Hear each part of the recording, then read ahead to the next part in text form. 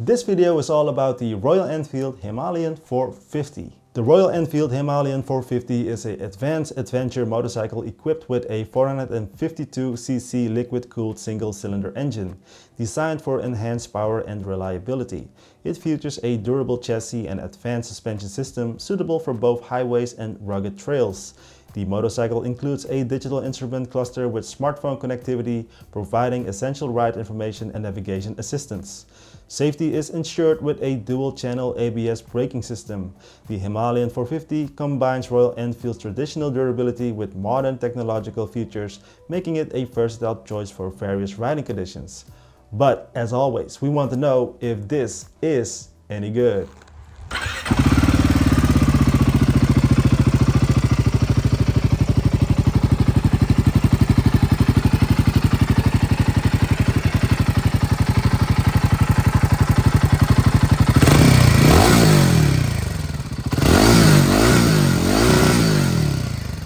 What is happening, guys? Gary Jahman here, back at it again with a new video. Hope you're doing well, hope you're safe and happy. So this is a little bit different than my normal tech reviews, photography, camera gear reviews. This is all about a motorcycle, and just for your information, I am an experienced motorcycle driver, motorcycle rider. But yeah, this is my first review about a motorcycle. I'm very curious what you think about it. So let me know in the comment section down below after watching this if you feel entertained, informed, whatever. This bike right here, the Himalayan 450, is something very special because the price point of this bike here in the Netherlands, it starts at 6,990 euros, which is a very affordable bike.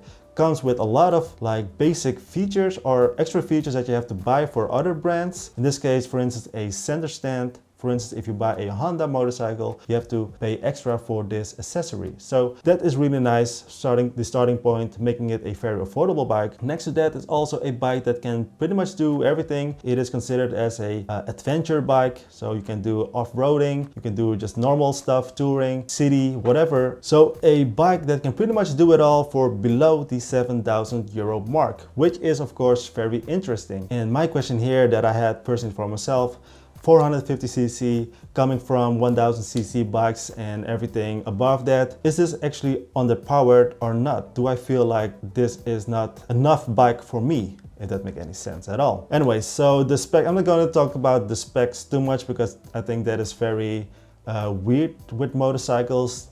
A lot of things with motorcycles in terms of the specs and the numbers that you have do not match with the actual feeling. If we only talk about this bike and then we got 40 horsepower, stuff like that, it feels very underwhelming. It looks underwhelming, but when you ride on it, it is a totally different world. I'm going to tell you the things that I absolutely love about this bike. So as I mentioned, it's below the 7,000 euros. It can pretty much do it all. I've been doing like 600 kilometers the past weekend. A lot of them here in the Netherlands are actually highway roads. What about the comfort while doing these highway roads?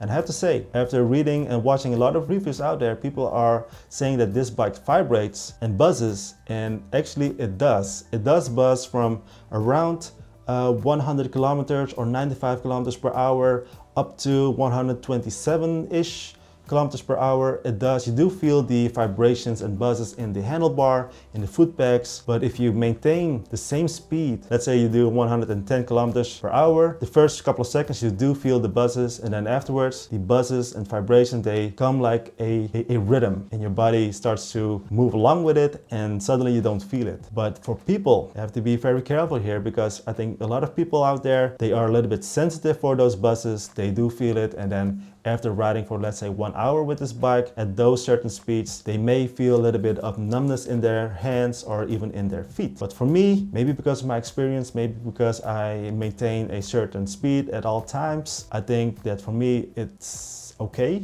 I don't feel any like weird things about this bike. I can be very comfortable riding with this bike for many hours. That is something that I truly love about this bike. You can do highway speed, you can do low speeds, whatever type of roads you are riding on, this bike can pretty much do it all, and very comfortable. You do got a nice riding position, nice wide handlebars, The feet are nice, and as you see in this clip here, I can plant my bow feet on it. I am 80 kilograms, 1 meter and 83 centimeters. To me, it is a normal bike position here. It's not small, it's not big. It fits perfectly for my size and weight. Other thing that I also really love about this bike is the fuel economy. So a lot of people are saying that you can get 400 kilometers with this bike, which is true at a certain level, because if you ride up to 100 kilometers per hour, you can definitely get 400 kilometers full fuel range, or how you say fuel range, right? If you go above that, between 100 and 100 and let's say 140 kilometers per hour, 300 kilometers is perfect that you can get, but definitely not 400 kilometers. And overall, the fuel range of this bike with 17 liters in the gas tank, in the fuel tank, that is quite a lot. The following thing that I absolutely like is the tripper dashboard. It has everything that you need,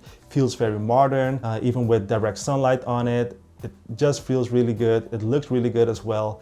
And it lights up when you go into a darker environment, or when it is darker outside, it lights up differently. So that is really nice and really cool. As mentioned in the intro, you can connect your smartphone with the Royal Enfield app, but there are some quirks here and there. I feel like it's not really direct connected to Google Maps or anything. Still really good and really useful, but it may navigate you to a, let's say, a blocked area or a blocked road in case that is not updated properly. The fuel tank itself looks really like broad shoulders with nice trimmed legs, if that makes any sense at all what I just said. But I just like the design of this bike. It has a modern feel and a little bit of classic mixture. I do like the look out of this bike. 21-inch wheel, might be unstable because of this huge front wheel, but it was very, very stable. I do like it, and it makes you feel very confident while riding this bike. So with all those things considered, I do like a lot about this bike, but there are also some things that I really don't like about this bike.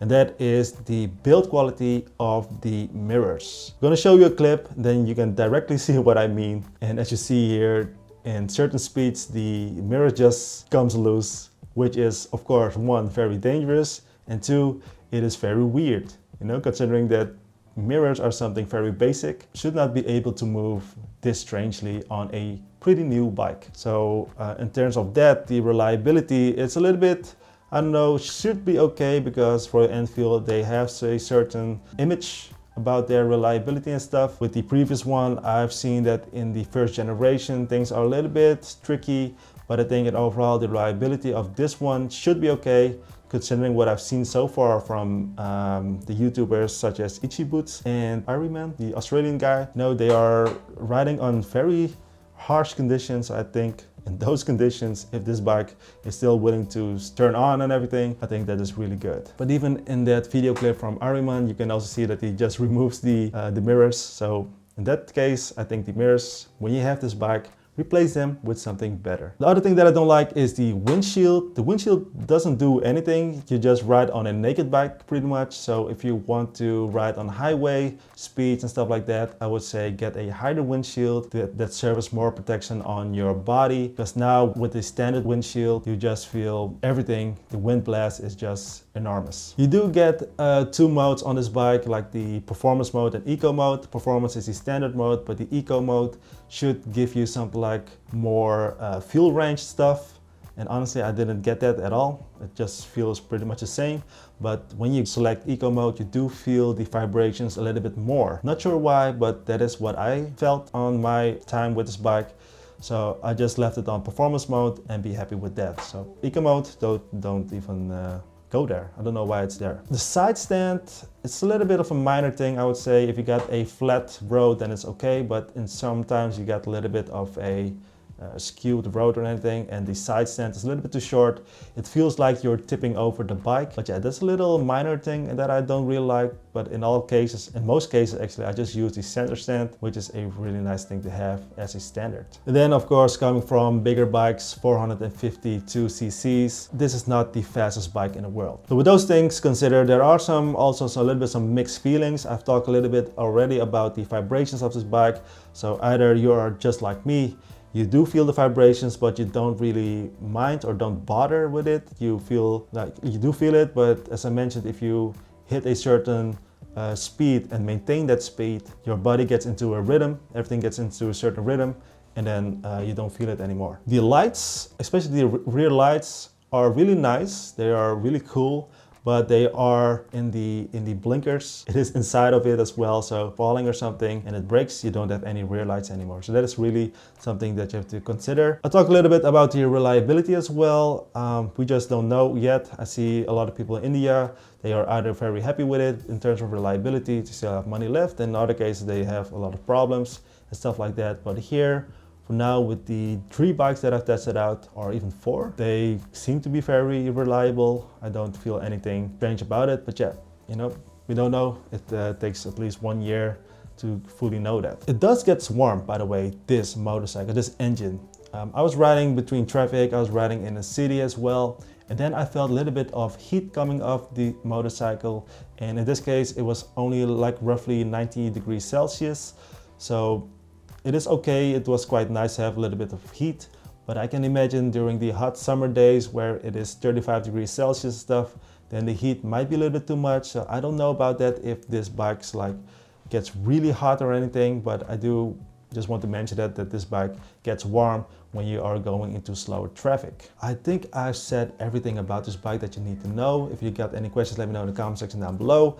Also, if you consider this bike to do some off-roading, I did just a little bit of off-roading, just very minor as you see here, because here in the Netherlands we do get some off-road roads, but not that adventurous as going to a nice countryside with a lot of mountains and stuff like that. Anyways, and overall, do I recommend this bike? And the answer is yes, I do recommend this bike. If you want to have a affordable bike, still want to have money left for traveling or accessories or for motorcycle gear and whatever, get this bike, be happy with it. It can take you from A to B, it can take you on many type of different roads, and you have a nice fuel range, and it also is a nice bike to look at. For me personally, I think I'm going to order this bike. I think I'll go for the cheapest one, the Casa Brown one, because I do like the beige type of color, and then you can modify it with some stickers and stuff like that. Also, the whole discussion about tubeless and tubes. You know, tubeless are of course nicer and better, but somehow it's not there. Anyways, I don't mind. I never had tubeless tires before. It is what it is, I guess. All right, that's all. If you've got any questions, let me know in the comment section down below. As always, stay safe, stay happy, and I'll see you in the next one. Don't forget to subscribe to the channel if not already. All right, see you. Bye-bye.